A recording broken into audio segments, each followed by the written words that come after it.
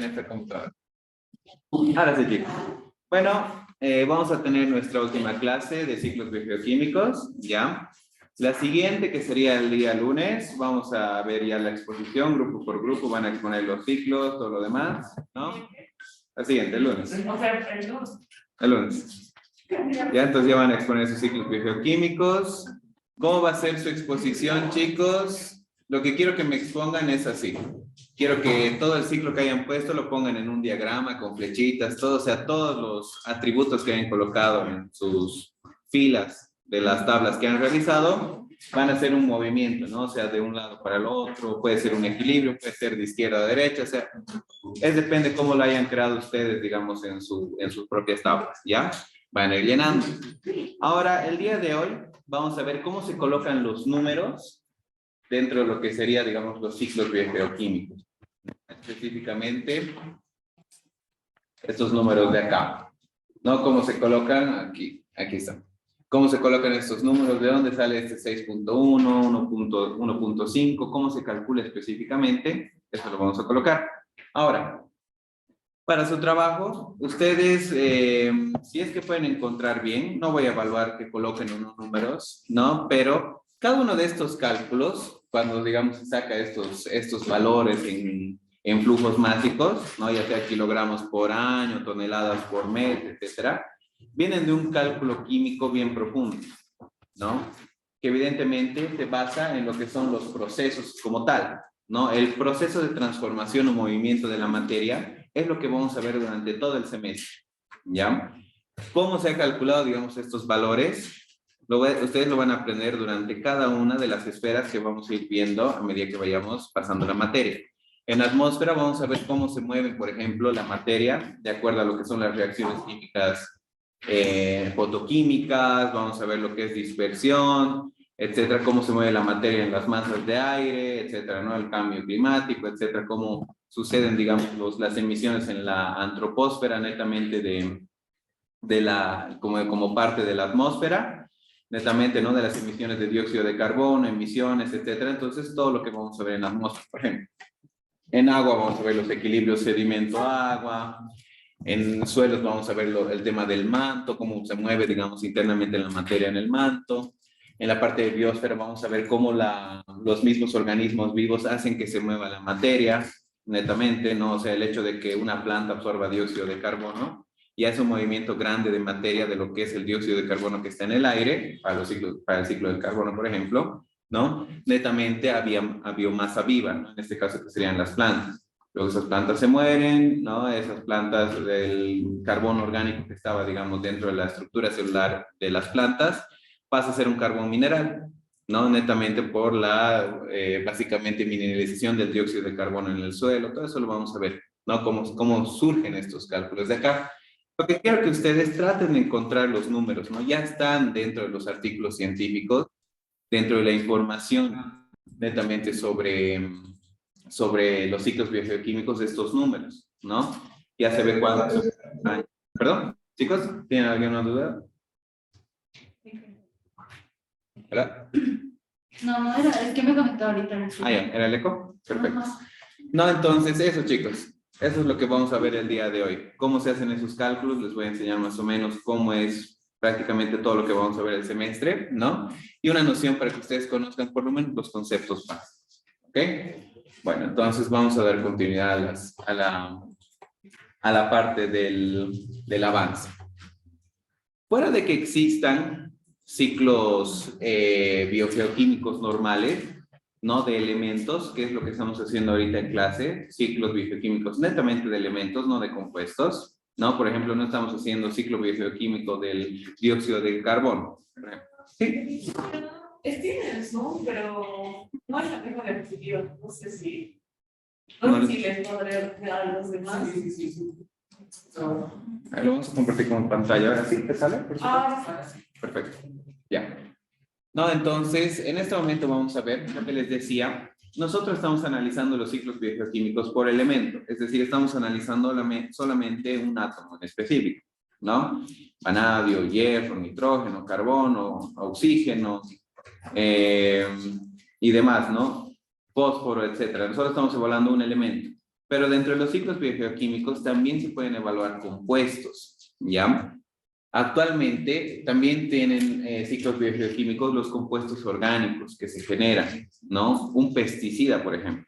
Un pesticida también tiene su ciclo biogeoquímico de creación, que tiene mucho que ver con el dióxido de carbono, obviamente, porque es su etapa final de un pesticida, ¿no? Pasa a ser lo que sería dióxido de carbono después de procesos de oxidación, transformación bacteriana, etcétera, ¿no? Pero también tienen sus ciclos específicos, ¿no? Y es lo que trato de ver acá. Los ciclos de los compuestos orgánicos se basan mucho en sus características intrínsecas. Existe mucho lo que es una propiedad físico-química que se llama característica intrínseca. ¿Se puede ver? Sí. No se puede, no le sale esto en el... No, hablando. A ver, ¿qué rompe? ¿No les aparece la pantalla en el Zoom? Ahora sí. ¿Sí? Sí. Yo creo que es un poco lento. Sí. ¿Ya? Lo que se llama intrínseco, chicos, es una propiedad interna de cada uno de nosotros, ¿ya? Y lo extrínseco, en ambiental son las propiedades externas.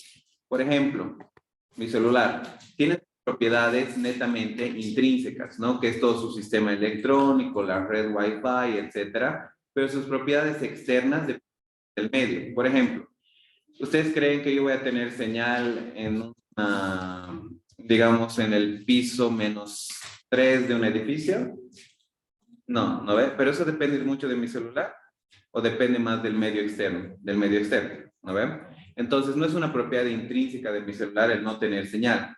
Es netamente, o sea, por el ambiente en el que está, digamos, expuesto a algún componente de materia, ¿no? Por eso doy el ejemplo de mi celular. Este tiene sus propiedades intrínsecas, su velocidad, su tarjeta RAM, etcétera, así como los compuestos químicos también tienen sus propiedades, ¿no? En este caso, como estamos hablando de compuestos orgánicos, si nosotros quisiéramos hacer el análisis de ciclos biogeoquímicos de los compuestos orgánicos, existen ciertos parámetros extrínsecos como coeficientes de partición,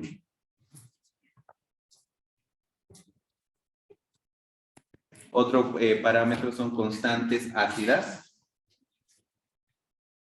lo que se conoce como pKa, pKb, o sea, y básicas también. Tenemos lo que son coeficientes polares.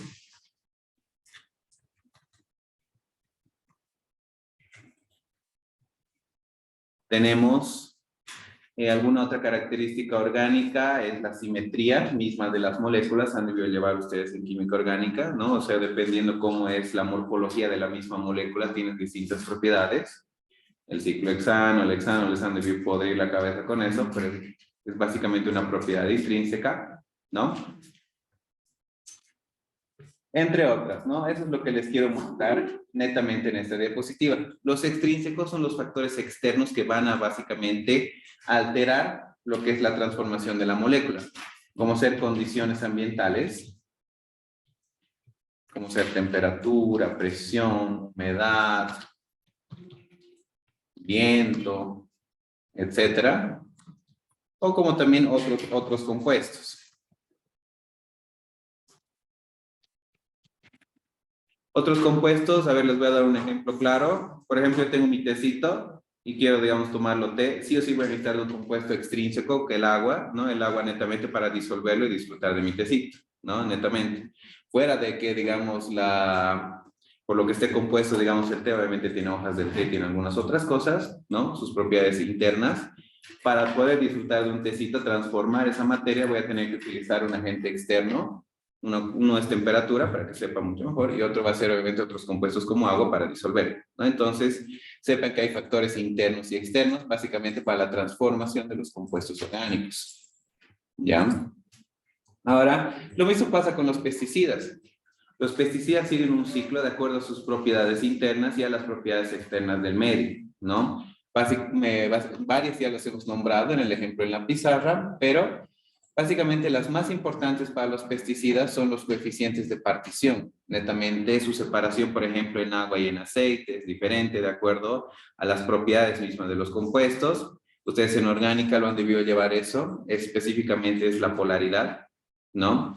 Sepan, digamos, que un compuesto orgánico se puede separar mucho mejor en grasa que en agua, ¿no? O viceversa, hay compuestos orgánicos que se separan mucho mejor en agua que en grasas, ¿no? Netamente. Eso es netamente debido a la polaridad que puede existir, digamos, es un parámetro intrínseco de lo que son los compuestos orgánicos, ¿no? Lo mismo pasa con los pesticidas. ¿Por qué les digo esto?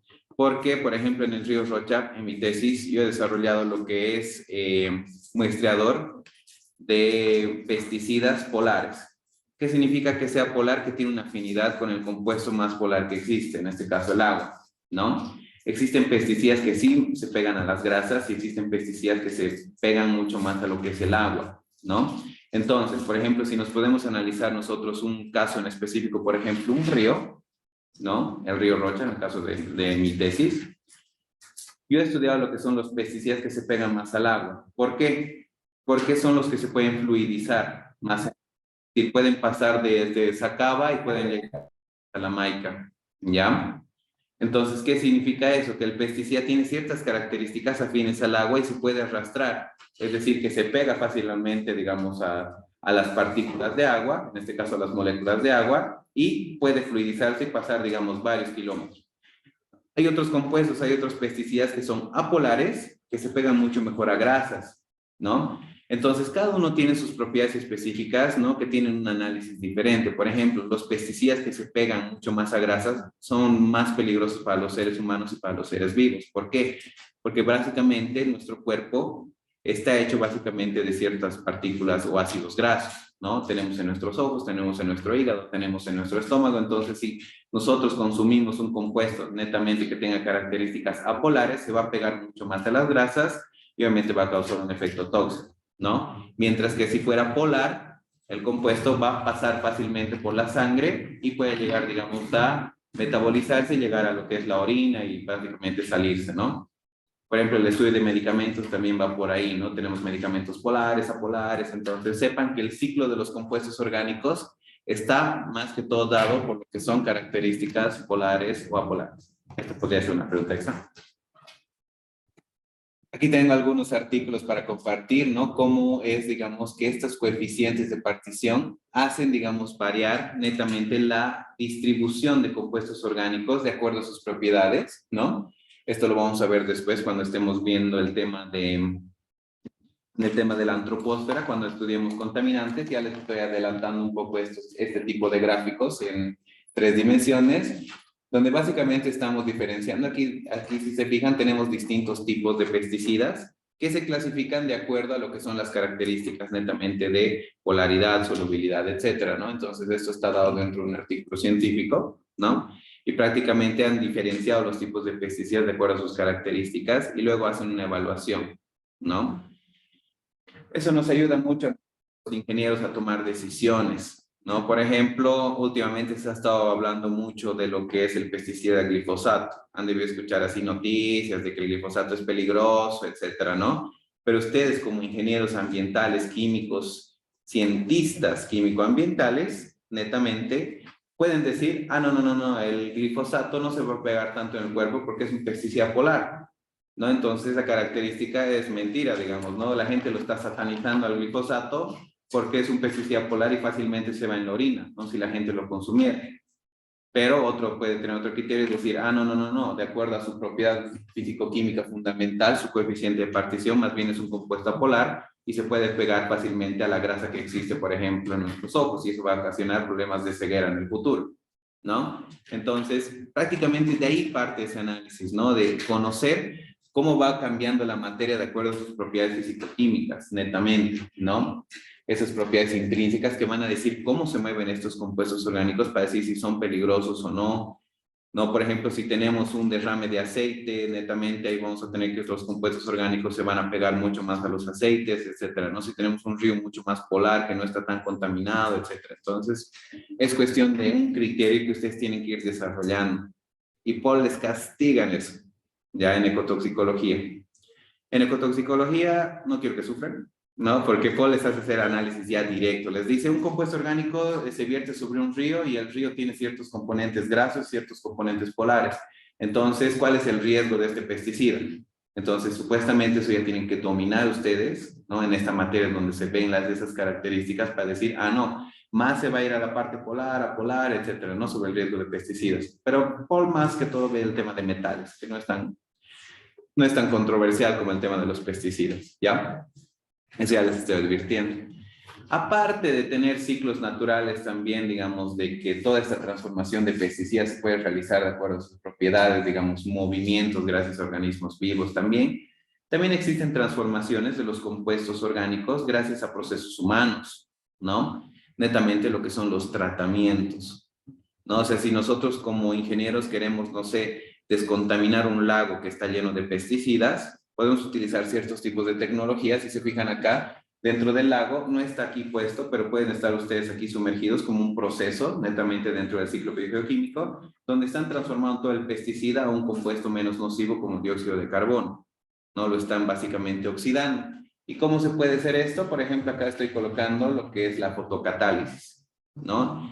¿Por qué les menciono esto de la fotocatálisis? Porque en este momento ahora están desarrollándose como 7 tesis, ¿no? En ingeniería química y también 2 de ambiental, que están relacionadas a lo que es la fotocatálisis, ¿no? Para que ya un poquito se vayan sumergiendo en esto, para que escuchen ese tema, es algo que estamos desarrollando dentro del CISEI, del Centro de Investigación de la Católica, específicamente cómo, no matar, sino destruir compuestos orgánicos, transformarlos a dióxido de carbono, utilizando fotocatalizadores con dióxido de titanio, ¿no? Estamos alterando el ciclo de los pesticidas, aplicando tecnología para transformarlos a compuestos menos nocivos, ¿no? No todo es peligrosidad, sino también con nosotros como ingenieros, aparte de hacer diagnósticos así de que algo puede suceder o no, también podemos aplicar lo que son tratamientos, ¿no? Ahora, es un poco sobre un breve paréntesis de los ciclos biogeoquímicos que también puede existir para los compuestos orgánicos. En este momento vamos a terminar esta parte de ciclos biogeoquímicos viendo lo que son todos estos procesos, ¿no? ¿Cómo suceden estos procesos de transformación de la materia, estas flechas rojas? Básicamente, los he puesto en 3 tipos, en 3 clasificaciones.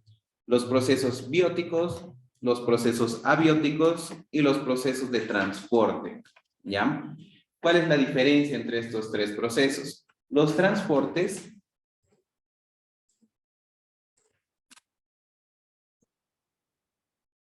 específicamente un transporte no involucra al 100% una transformación. En un principio hemos dicho que los ciclos biogeoquímicos son movimientos de materia entre las esferas, ¿no? O netamente movimiento de materia entre compartimentos ambientales, ¿no? Entonces, como es movimiento, en algunos casos, ustedes lo han debido notar en algunos de sus componentes que han debido poner, tenemos, por ejemplo, el agua, que está pasando, por ejemplo, de agua que está en un río, agua netamente líquida, que está pasando por un proceso de infiltración, se está transformando en agua subterránea, que sigue siendo agua líquida, obviamente, ¿no? Pero está pasando por un proceso, o sea, se está moviendo únicamente la materia, no se está transformando, ¿no? No, por lo menos al 100%. Netamente se está transformando en agua subterránea, un agua de un río, ¿no? Un agua netamente que estaba, digamos, en la superficie, en contacto con el aire, está pasando agua que ya no va a estar en contacto con el aire, sino con la geósfera, netamente. Es un transporte de materia. Entonces, cuando me refiero a fenómenos de transporte, me estoy refiriendo a eso. Los ingenieros químicos tienen materias que se llaman procesos unitarios de transporte y procesos de transformación. Es justamente eso, ¿no? Para que entiendan qué es un proceso de transporte y qué es un proceso de transformación. Son totalmente diferentes. Uno involucra sí o sí cambio, digamos, de una molécula a una molécula B, que está cambiando totalmente de estructura. Y en algunos casos, o sea, el transporte solo es netamente una reacción de A a A, digamos, ¿no? De un compuesto A que está pasando a, tiene distintas características, sí, pero sigue siendo el mismo compuesto, ¿no? Agua líquida que está en la superficie, agua subterránea, ¿ya? Para que entiendan un poco la diferencia entre estos 2 procesos de transporte. Los procesos bióticos y procesos abióticos son procesos de transformación, netamente, ¿no? Abiótico significa que no lo está realizando un organismo vivo, y biótico que sí lo está realizando un organismo vivo, una bacteria, una persona, un humano, netamente una vaca, un caballo, un insecto, un hongo, ¿no? Una planta, etcétera, ¿no? Son procesos que se llevan por organismos vivos, mientras que los procesos abióticos netamente se llevan por el medio externo, pero que no está vivo, ¿no? Netamente equilibrios químicos, minerales, disoluciones con ácidos. Los ácidos no están vivos, ¿no? Entonces son procesos de transformación que surgen en la materia por una acidificación, por ejemplo, que suceden por netamente procesos que no están dados por organismos vivos. Hablemos de procesos de transporte. Existen tres procesos fundamentales de transporte, lo que son la advección de flujo en varias direcciones. Netamente, por ejemplo, el transporte de agua subterránea se llama advección, ¿no? Del agua, digamos, netamente superficial al agua subterránea. Es un transporte dentro de lo que son las dimensiones. ¿Ok? Aquí lo vamos a tratar de dibujar. Ustedes saben que tenemos tres dimensiones físicas, ¿no? Netamente, a ver, vamos a hacerlo más rectito. Genial. Tenemos tres dimensiones físicas, ¿no? Tenemos obviamente lo que es en el plano X, en el plano Y y en el plano Z, ¿no? O sea, netamente tomando en cuenta las tres dimensiones, ¿ya? El transporte de un punto, digamos, que se encuentra en el espacio dentro de un vector a otro lado, netamente este transporte, ¿no? Este es un fenómeno de transporte que se da por advección, ¿ya? Es cuando existe, la advección es un proceso donde algún tipo de agente externo ayuda al compuesto a movilizarse, ¿ok? Por ejemplo, lo que les decía, el claro ejemplo de los pesticidas en el río. ¿Cuál es el agente externo que me ayuda a transportar un pesticida en un río? El agua, ¿no? Sencillo. El agua está ayudando a transportarlo de un sitio para el otro, pero lo está cambiando de posición, ¿no? De un vector que tiene, digamos, un posicionamiento X1, Y1, Z1, netamente. Lo está pasando a otra posición dentro del plano, digamos, de los vectores, que es X2, Y2, Z2, netamente, ¿no? Entonces, estos procesos de advección surgen gracias a lo que son agentes externos. Para eso normalmente se utilizan, digamos, integrales y todo lo demás, ¿no? Para ver cómo se está moviendo dentro del plano. Ustedes ya han debido aplicar esto en cálculo 2, en cálculo 1.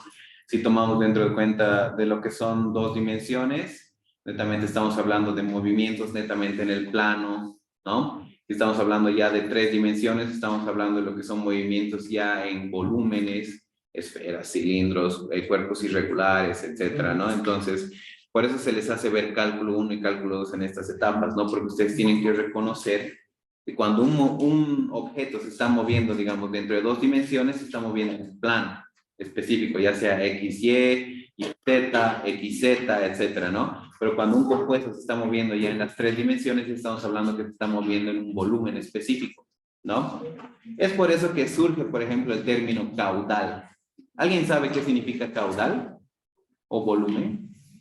En este caso, o sea, caudal sería el movimiento de volumen por tiempo. ¿Pero qué es el volumen en este caso?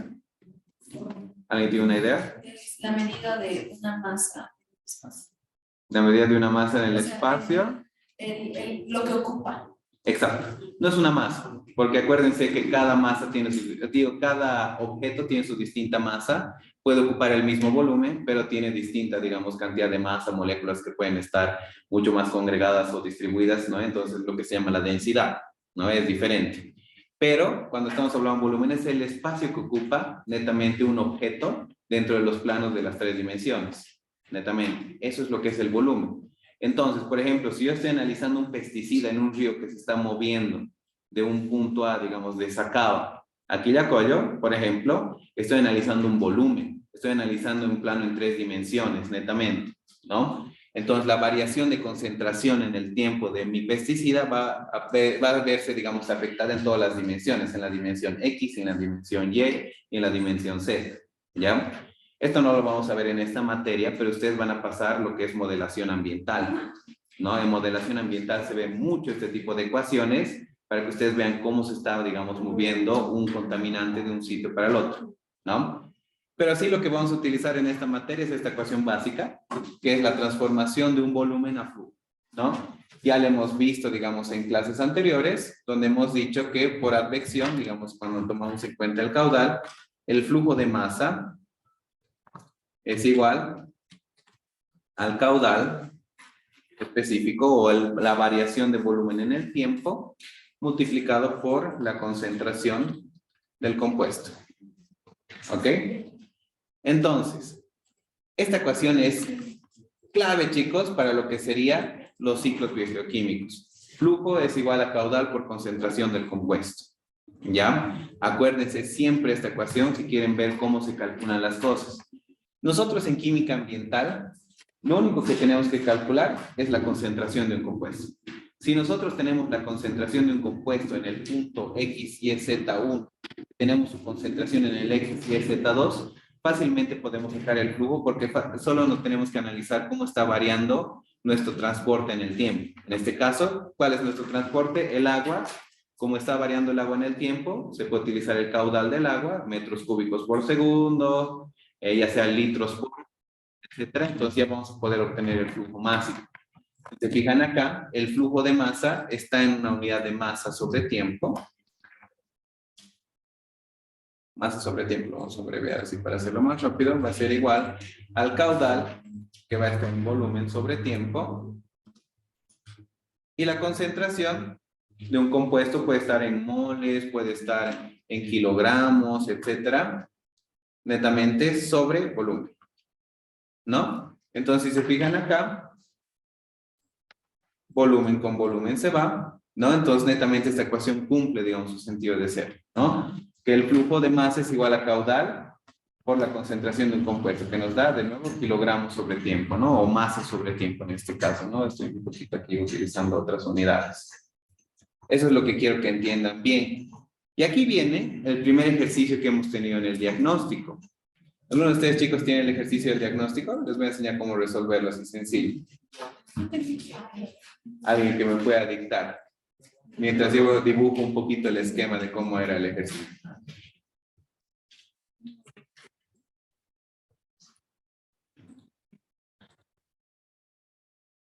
De la muestra cilíndrica.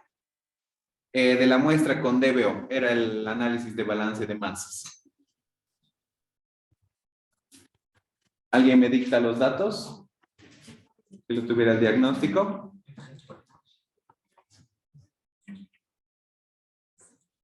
Tenemos un caudal 1 del río, tenemos un caudal 2 de un que está emitiendo contaminación y tenemos sus concentraciones, ¿no? La concentración de un compuesto acá y la concentración de un compuesto acá. ¿Alguien tuviera esos datos?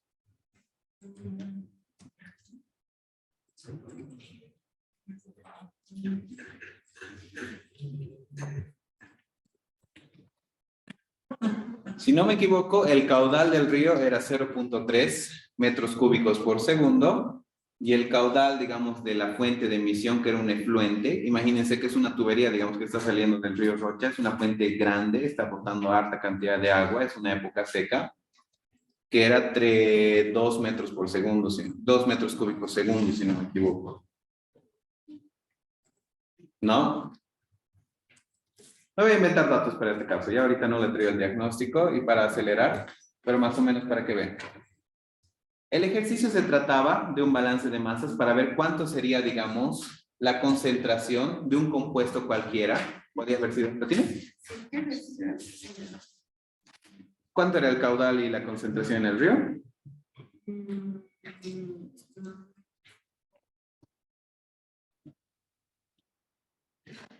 Del ejercicio 1. 0.3 metros cúbicos. Ya, metros cúbicos segundo. Sí. Y la concentración de DBO5. 80. Y del otro, la concentración del efluente era 2 metros cúbicos segundo y del río antes del efluente 40. Ah, ya, perfecto. Entonces está al revés. Este de aquí es 40.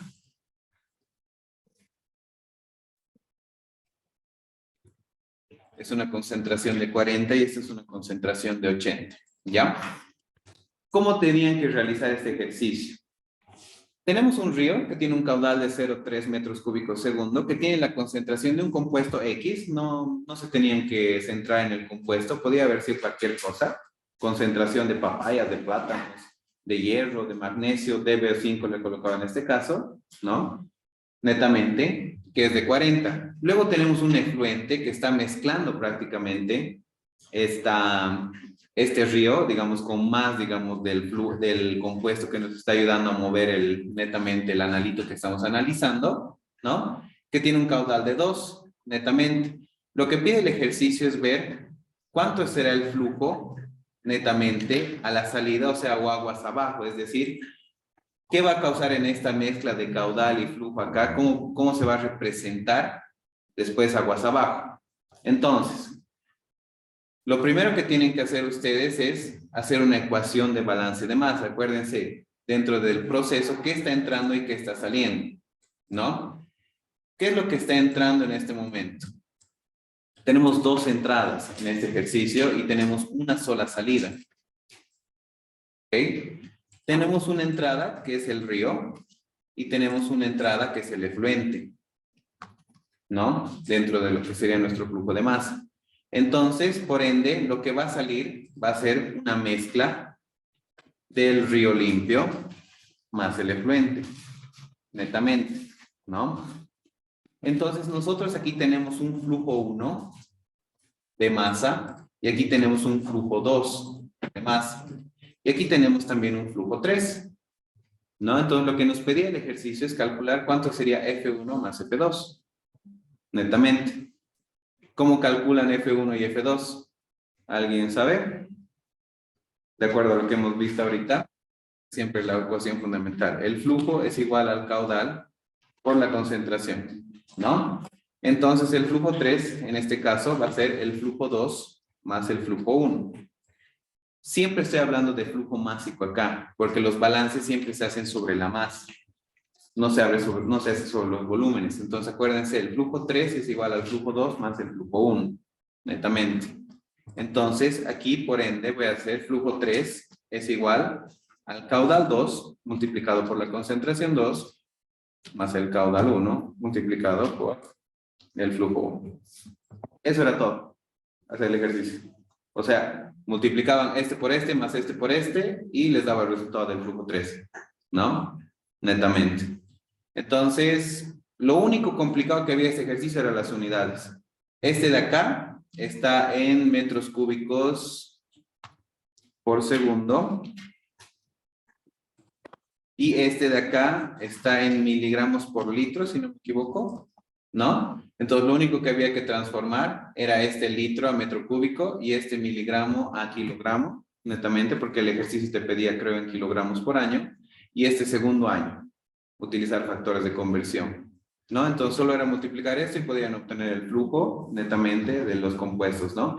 Es así como se realizan, chicos, los balances de masa, no es más que eso, ¿no? Siempre tienen que tomar en cuenta y lo primero, siempre que tienen que hacer lo primero, es su diagrama de cajas, ¿ya? Siempre grafíquense. En este caso yo lo he graficado de distinta manera, ¿no? Lo he hecho así con un riecitas, etcétera. Pero si no, digamos, si les convence mucho más, está mucho más sencillo de analizar. Aquí tenemos un proceso netamente de advección, que es transporte netamente de un compuesto.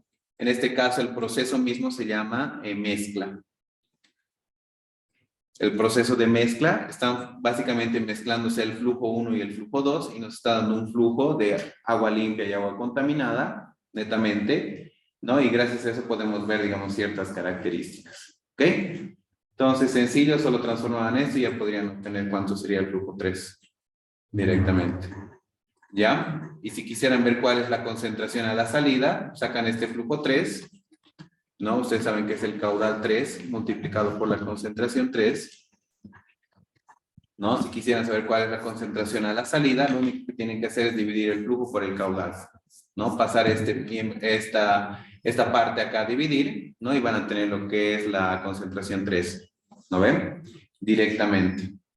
Eso era, creo, uno de los incisos, si no me equivoco, ¿ya? Entonces, es así como se hacen este tipo de ejercicios. Les voy a dejar mañana les voy a subir al Neo una práctica con 3 ejercicios, uno de advección, otro de difusión y otro de reacciones químicas, ¿no? He visto que la mayoría de personas, voy a subir el análisis del diagnóstico yo creo el fin de semana, han respondido la parte de estequiometría, ¿no? O sea, casi el 100% me ha respondido bien, digamos, de lo que sería la parte de los que han presentado, ¿no? Porque no muchos han presentado, el 100% de los que han presentado han resuelto bien la parte del diagnóstico de estequiometría. Entonces, también existen reacciones químicas para tomar en cuenta dentro de lo que son los flujos, ¿ya? Entonces, eso quiero que lo tomen en cuenta. Aquí tenemos un proceso de advección, que es de mezclas, donde pueden utilizar solamente la ecuación de flujo es igual a caudal por concentración, ¿ok? Continuemos. Existen procesos de difusión. Eso es totalmente diferente a lo que es la advección. La difusión, chicos, no depende de un fluido externo, sino depende de las mismas propiedades intrínsecas, es decir, las propiedades intrínsecas de un mismo compuesto, ¿ya? Ahora les voy a dar un ejemplo claro. Ahorita me quisiera parar para explicarles, pero no me van a ver. Entonces vamos a explicar aquí en la pizarrita. Digamos que tenemos el aula, ¿ya? Tenemos el aula acá donde estamos sentados todos. Y aquí tengo una pequeña, aquí lo vamos a graficar. Aquí tengo un pequeño tanque de argón. ¿Ok? Tengo un tanque de argón. Este es el aula. El aula así por todo lugar, ¿ya? El aula tiene sus dimensiones. Obviamente acá está dentro de lo que son el eje X, el eje Y y el eje Z, ¿no? Tenemos todas las dimensiones que están puestas en esta aula. Ahora, a diferencia de la advección, en la advección hay un fluido, hay algo externo que ayuda a transportar lo que nosotros estemos estudiando, ¿no? Por ejemplo, un compuesto A lo puede llevar hasta acá. Eso lo puedes realizar por el aire, puedes realizarlo una ventiladora, puedes realizarlo cualquier cosa, ¿no? Pero al contrario, la difusión, chicos, es un proceso donde este compuesto A va a moverse netamente aquí, pero no por un flujo, no por un agente externo, sino por sus mismas propiedades. Por ejemplo, aquí, digamos, va a haber una pequeña abertura dentro de mi tanque de argón, se va a romper, y el argón va a empezar a salir y se va básicamente difuminar dentro del ambiente. ¿No? Acuérdense de todos esos términos, o sea, difuminarse, no me sentir más difundirse, ¿no? Difuminarse, está bien el término, dentro de todo este ambiente. Pero no lo hace porque tengamos un flujo aquí adentro, sino lo hace por sus mismas propiedades, ¿no? El compuesto va a buscar su propio espacio y va a empezar a moverse dentro de todo eso, porque aquí está cargado, ¿no? Va a empezar a salir alto argón, netamente, que por procesos de difusión va a pasar netamente a todo el ambiente para encontrar un estado estable, ¿no? Netamente la difusión busca estabilidad, ¿ok?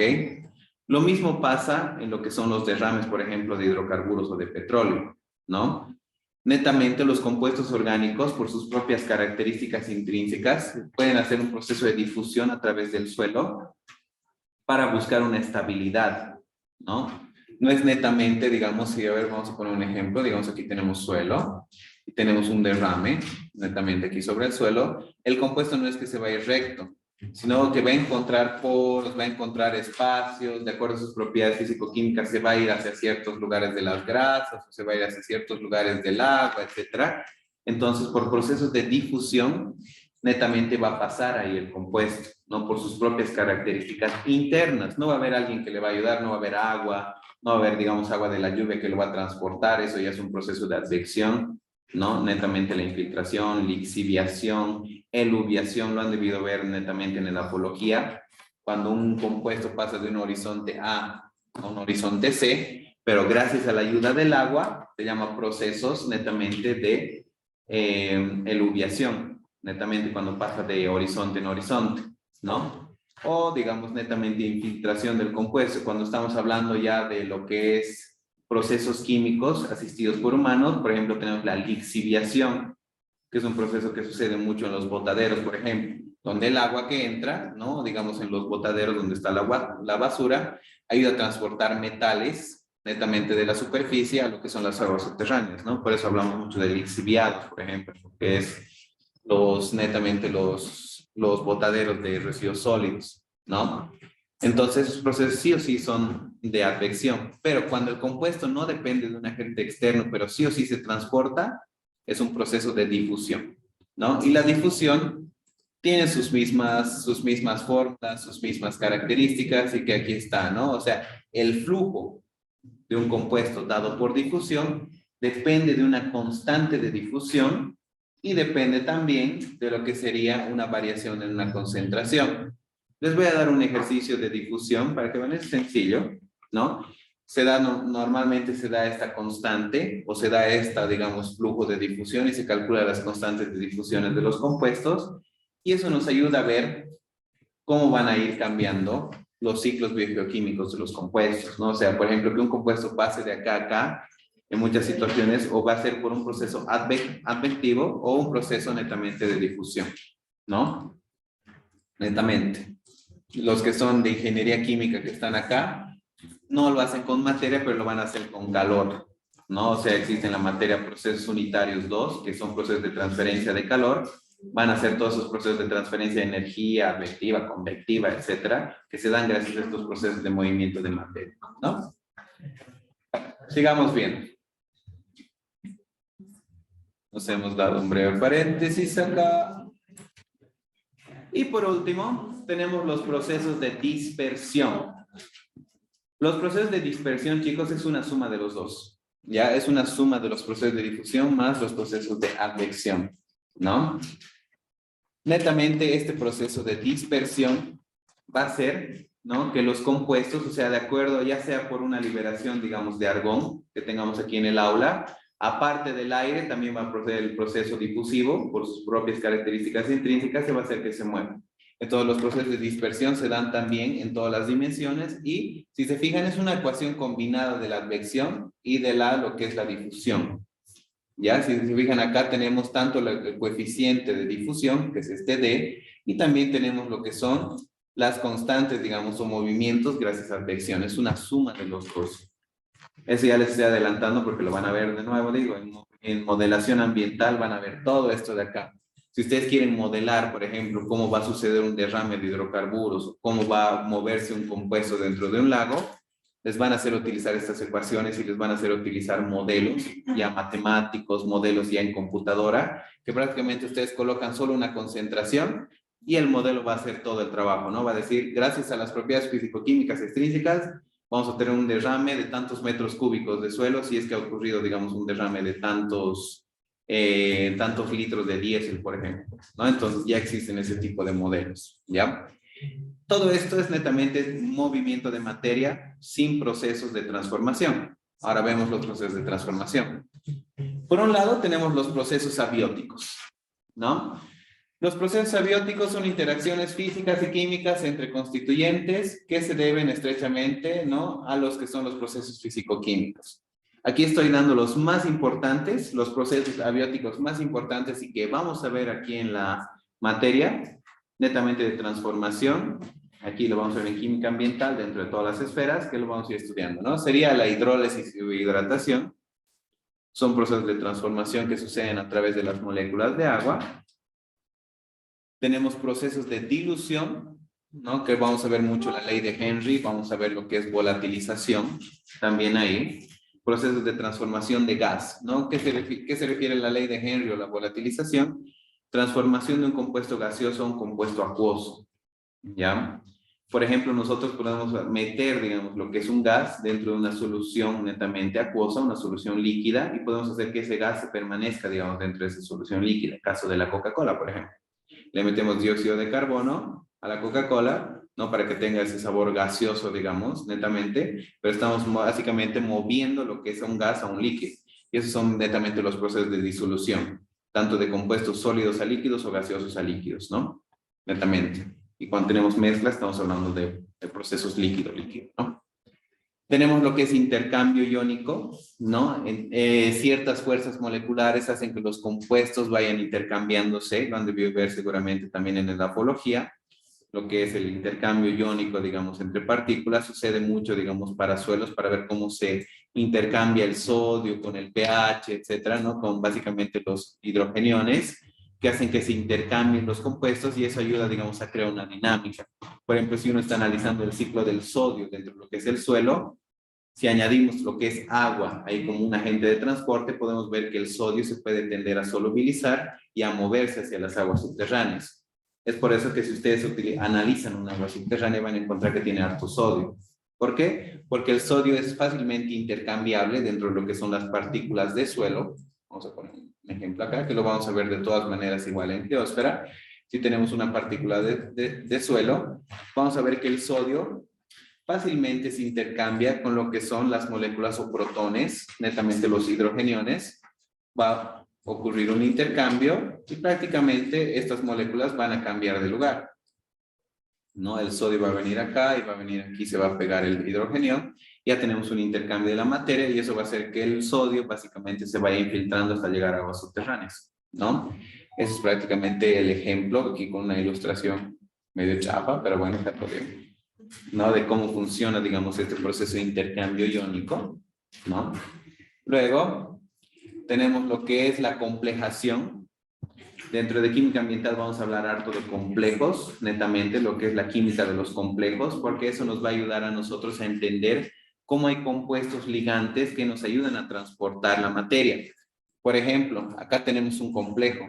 El complejo es esta partícula. Si nosotros quisiéramos ver esto, digamos, como una reacción química, nosotros podemos meterla así. Partícula sólida del suelo que está unida, digamos, a un, en este caso, catión, en este caso el sodio, ¿no? Si le agregamos acá un protón, o un hidrogenio, como quieran llamarlo, ¿no? Va a pasar un intercambio y vamos a tener la partícula del suelo, netamente acá, que va a estar ya con el protón, más el sodio, ¿no? Acá las reacciones con complejos, chicos, suceden gracias a este compuesto. ¿Cuál es el compuesto complejo? Es el sodio, es la partícula de suelo. Vamos a llevar esto con coloides, vamos a llevar esto con compuestos orgánicos que tienen una característica muy compleja, como el EDTA, el NTA, etcétera. Lo vamos a ver mucho en lo que es la hidrosfera. Entonces, involucra mucho este tema de lo que es un proceso abiótico, que es la complejación, ¿no? Luego tenemos la sorción. No tenemos la absorción, tenemos la adsorción, que la vamos a ver específicamente cuando estemos analizando suelos más que todo, ¿no? Hay una diferencia en que esté absorbido, que esté adherido a una superficie, que esté absorbido internamente dentro de lo que es un compuesto específico, un complejo. Ahora, ¿entienden un poco la diferencia entre absorbido y absorbido? Absorbido es que está internamente, ¿no? Por ejemplo, yo estoy absorbiendo aire y dentro de mi piel se están adheriendo o absorbiendo, no netamente la superficie de mi piel, ciertos componentes del aire, ¿no? O sea que lo van a oxidar mi piel y tengo que ponerme cremita, ¿no? Entonces, la diferencia entre los dos, no están entrando dentro de mi estructura interna, están adheridos. Mientras si están entrando dentro de mi estructura interna, los estoy absorbiendo, ¿no? Procesos de absorción y de absorción. Por eso se los ha básicamente clasificado en estos procesos que se llaman sorción. No hablamos ni de apnea, sino netamente sorción de un objeto, ¿no? Dentro de otro. Otros procesos abióticos importantes son las oxidorreducciones, ¿ya? Esto lo vamos a ver después cuando veamos los famosos diagramas de Kurbeighs, que se basan básicamente en reacciones donde existe un compuesto reductor y un compuesto oxidante, ¿no? Tienden a generar una química, una electroquímica un poco más compleja, que lo vamos a ver, ¿no? Básicamente también involucra la transformación de la materia. Por ejemplo, la transformación de una barra de hierro en hierro netamente soluble. Entonces estamos hablando de transformación de hierro que estaba en su forma, digamos, de una tira de hierro, digamos, ¿no? Un alambre que lo podemos disolver netamente en un compuesto y va a pasar de un hierro 0 a un hierro más 2, ¿no? Por ejemplo, del ciclo del hierro, el humano interfiere mucho en procesos electroquímicos En la transformación del hierro, netamente, ¿no? Puede pasar a ser un hierro que va a ser fácilmente soluble, que va a entrar dentro de la hidrosfera, un hierro que estaba sólido, ¿no? Entonces, esto involucra gracias a procesos abióticos, en este caso de la osteorreducción, ¿ok? Luego tenemos los procesos bióticos, ¿no? Los procesos que son llevados a cabo por organismos vivos. Estos son mucho más sencillos de aprender, pero son mucho más difíciles de comprender, ¿ya? ¿Por qué? Porque los procesos biológicos están dados por millones y millones de reacciones de metabolismo, ¿ya? Netamente, o sea, las plantas, los hongos, pueden o inmovilizar un compuesto o básicamente lo pueden movilizar, ¿no? Ya estamos hablando de movilidad de un compuesto, ¿no? Por ejemplo, en el río Rocha existe lo que se llama el sauce de Humboldt, ¿lo conocen? ¿Alguien conoce el sauce de Humboldt? ¿Qué especie es? ¿Sauce llorón? Ah, ya, muy bien. El sauce llorón está a la altura del puente Cobija, ¿ya? ¿Cuál es su característica fundamental del sauce del llorón? En el puente Cobija van a ver hartos que están por ahí. Es un organismo vivo que tiende a atrapar, a inmovilizar metales pesados, ¿no? Se han estudiado las raíces, digamos, de esos árboles y se ha visto que su concentración de metales frente a otro árbol que no esté cerca de un río es extremadamente grande. O sea, pueden absorber hasta 100 veces lo que es su característica normal dentro de lo que es un río contaminado con metales, ¿no? Es interesante, pero si a alguno le interesa ver, digamos, en el río Rocha cómo cambia la concentración de metales antes y después de esa parte de los sauces, es súper interesante. No del agua, sino de los mismos sedimentos que hay, ¿no? Que ya están ahí mucho tiempo, porque acuérdense que todo este proceso de absorción, de transformación de la raíz del árbol, tarda mucho tiempo, ¿no? Entonces, si ustedes analizan, pero los sedimentos, ahí se van a dar cuenta que hay una transformación bien interesante, ¿no? O sea, los organismos vivos pueden movilizar o pueden inmovilizar a lo que son los compuestos dentro de los ciclos, ¿no? Juegan un papel fundamental en lo que es la porción de mineralización y reacciones biogeoquímicas, ¿no? Es básicamente lo que acabo de explicar.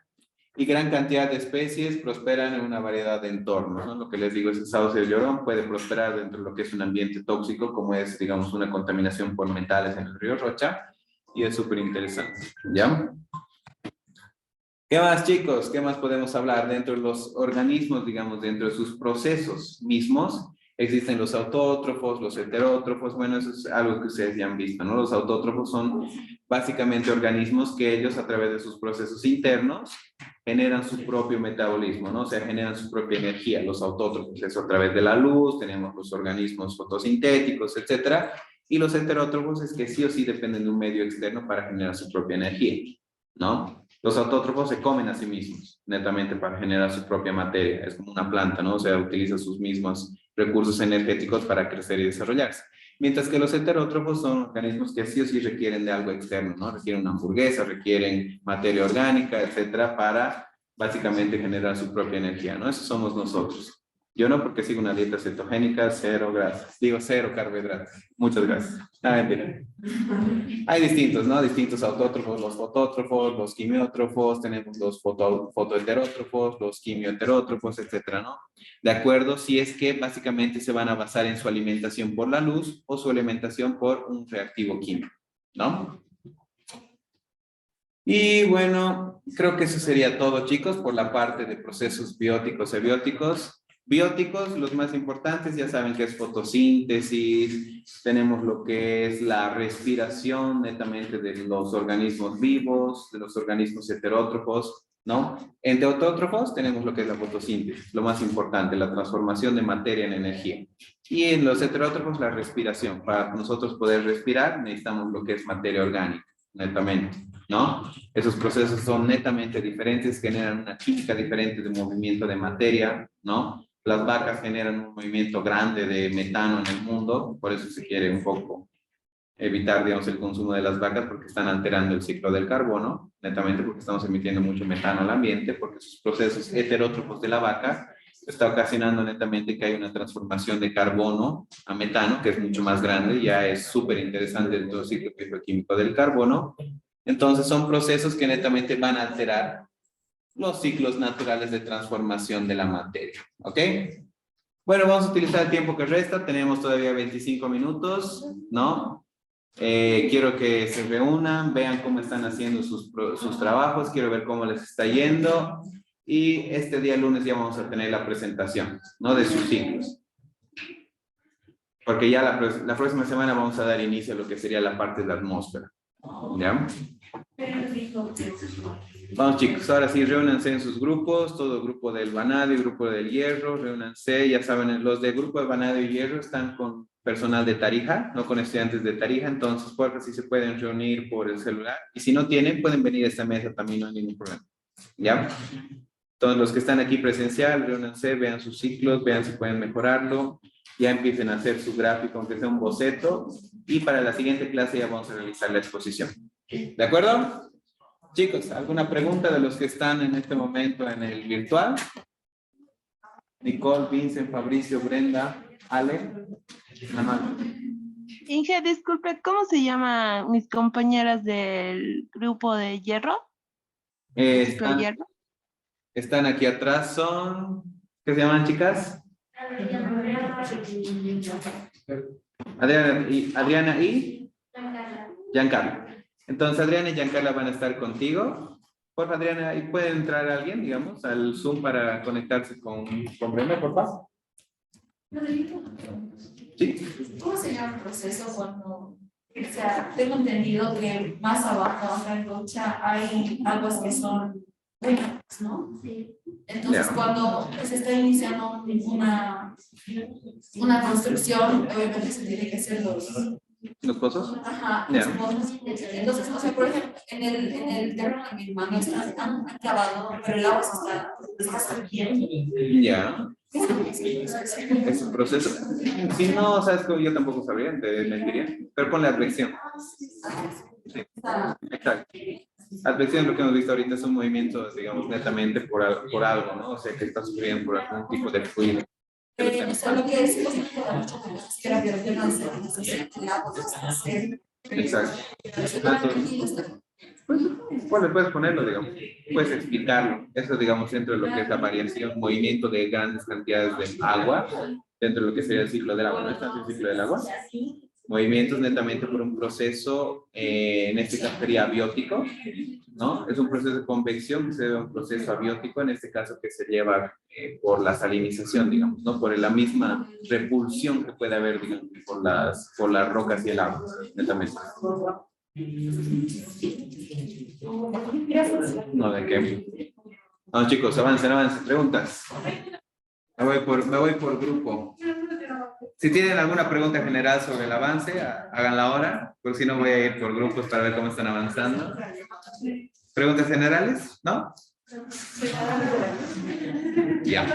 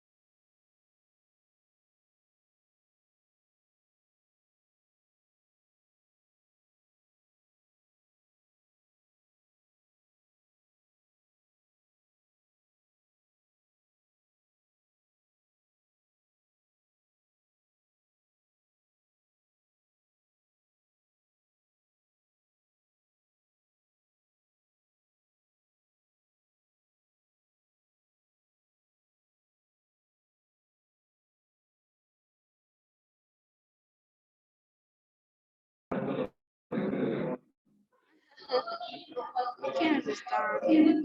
Ay, no.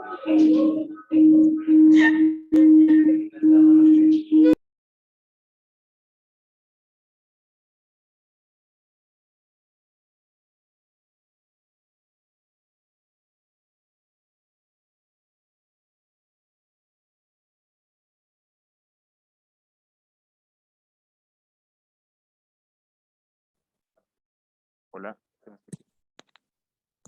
No